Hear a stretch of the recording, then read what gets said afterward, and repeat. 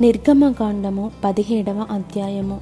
తరువాత ఇశ్రాయేలీయుల సర్వసమాజము యెహోవా మాట చొప్పున తమ ప్రయాణములలో సీను అరణ్యము నుండి ప్రయాణమైపోయి రెఫీదీములో దిగిరి.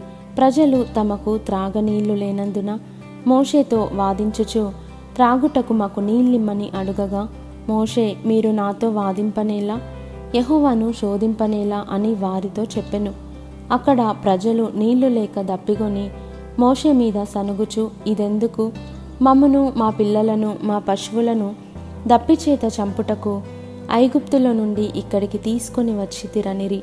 అప్పుడు మోషే యెహోవాకు మొరపెట్టుచు, ఈ ప్రజలను నేనేమి చేయుదును? కొంతసేపటికి నన్ను రాళ్లతో కొట్టి చంపుదురనెను. అందుకు యెహోవా, నీవు ఇశ్రాయేలీయుల పెద్దలలో కొందరిని తీసుకొని ప్రజలకు ముందుగా పొమ్ము. నీవు నదిని కొట్టిన నీ కర్రను చేత పట్టుకొని పొమ్ము. ఇదిగో, అక్కడ హోరేబులోని బండ మీద నేను నీకు ఎదురుగా నిలిచెదను.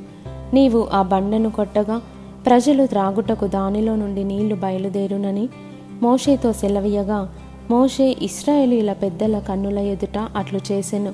అప్పుడు ఇశ్రాయేలీయులు చేసిన వాదమును బట్టియు యెహోవా మన మధ్య ఉన్నాడో లేడో అని వారు యెహోవాను శోధించుటను బట్టియు అతడు ఆ చోటికి మస్సా అనియు మెరీబా అనియు పేర్లు పెట్టెను.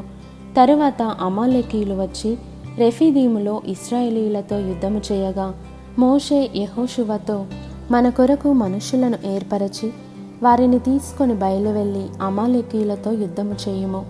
రేపు నేను దేవుని కర్రను చేత పట్టుకొని ఆ కొండ శిఖరము మీద నిలిచెదనెను. యెహోషువ మోషే తనతో చెప్పినట్లు చేసి అమాలేకీయులతో యుద్ధమాడెను. మోషే, అహరోను, హూరు అనువారు ఆ కొండ శిఖరం ఎక్కిరి.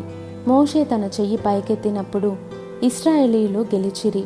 మోషే తన చెయ్యి దింపినప్పుడు అమాలేకీయులు గెలిచిరి. మోషే చేతులు బరువెక్కగా వారు ఒక రాయి తీసుకొని వచ్చి అతడు దాని మీద కూర్చుండుటకై దాన్ని వేసిరి. అహరోను, హూరులు ఒకడు ఈ ప్రక్కను ఒకడు ఆ ప్రక్కను అతని చేతులను ఆదుకొనగా అతని చేతులు సూర్యుడు అస్తమించు వరకు నిలుకడగా ఉండెను.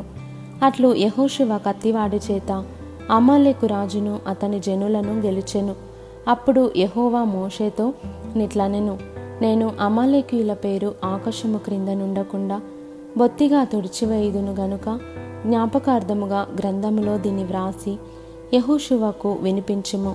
తరువాత మోషే ఒక బలిపీఠమును కట్టి దానికి యెహోవా నిస్సి అని పేరు పెట్టి, అమాలేకీయులు తమ చేతిని యెహోవా సింహాసనమునకు విరోధముగా ఎత్తిరి గనుక యెహోవాకు అమాలేకీయులతో తరతరముల వరకు యుద్ధమనెను.